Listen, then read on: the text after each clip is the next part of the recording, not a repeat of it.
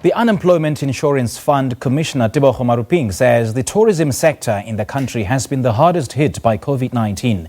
With the bulk of applications to the UIF for financial relief coming from there, this comes as business owners in the tourism industry are calling for the sector to be fully reopened. They are also concerned that their businesses might not be able to survive the lockdown for longer.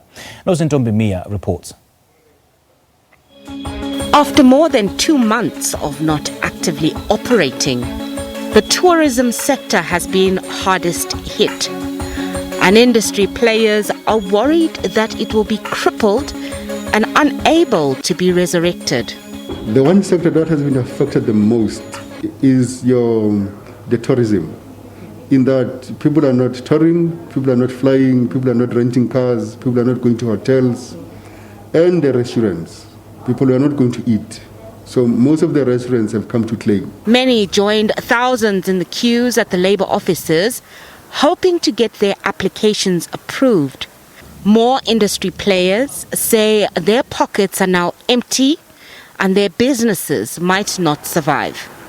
A once bustling and thriving street, bursting with energy and entrepreneurial vigour, teeming with international visitors and locals. After a brutal 3-month lockdown, the effects on this world-famous street have been debilitating. For Sipho Mduli and his brother, opening up their restaurant has always been a dream fulfilled. We had an opportunity with the person that owns the house, a very good family friend of ours, and he said, look guys, I am relocating to Botswana and she has property available if you guys are interested in setting up a restaurant. This project was self-funded, basically from our own pockets, so it's been quite a journey. From starting with just 4 people, he now has a staff complement of 30 who have now been left jobless due to the lockdown. It pains us every month because, you know, you look at it, is we've had almost 3 months, 3 non-commercial months, you know, and it's not like if there is no money coming in, everything stops. You know, there's still utilities to be paid. There's so many things that still need to be paid on a monthly basis because they don't stop. Another famous restaurant is also on the brink of closure.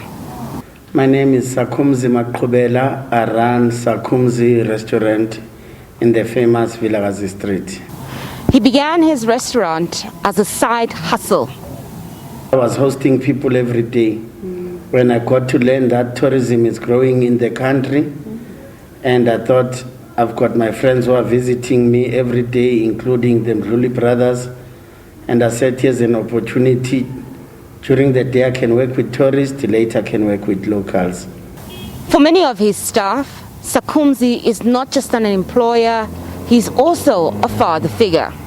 We are suffering because abantu bethu now and then will be coming to visit me.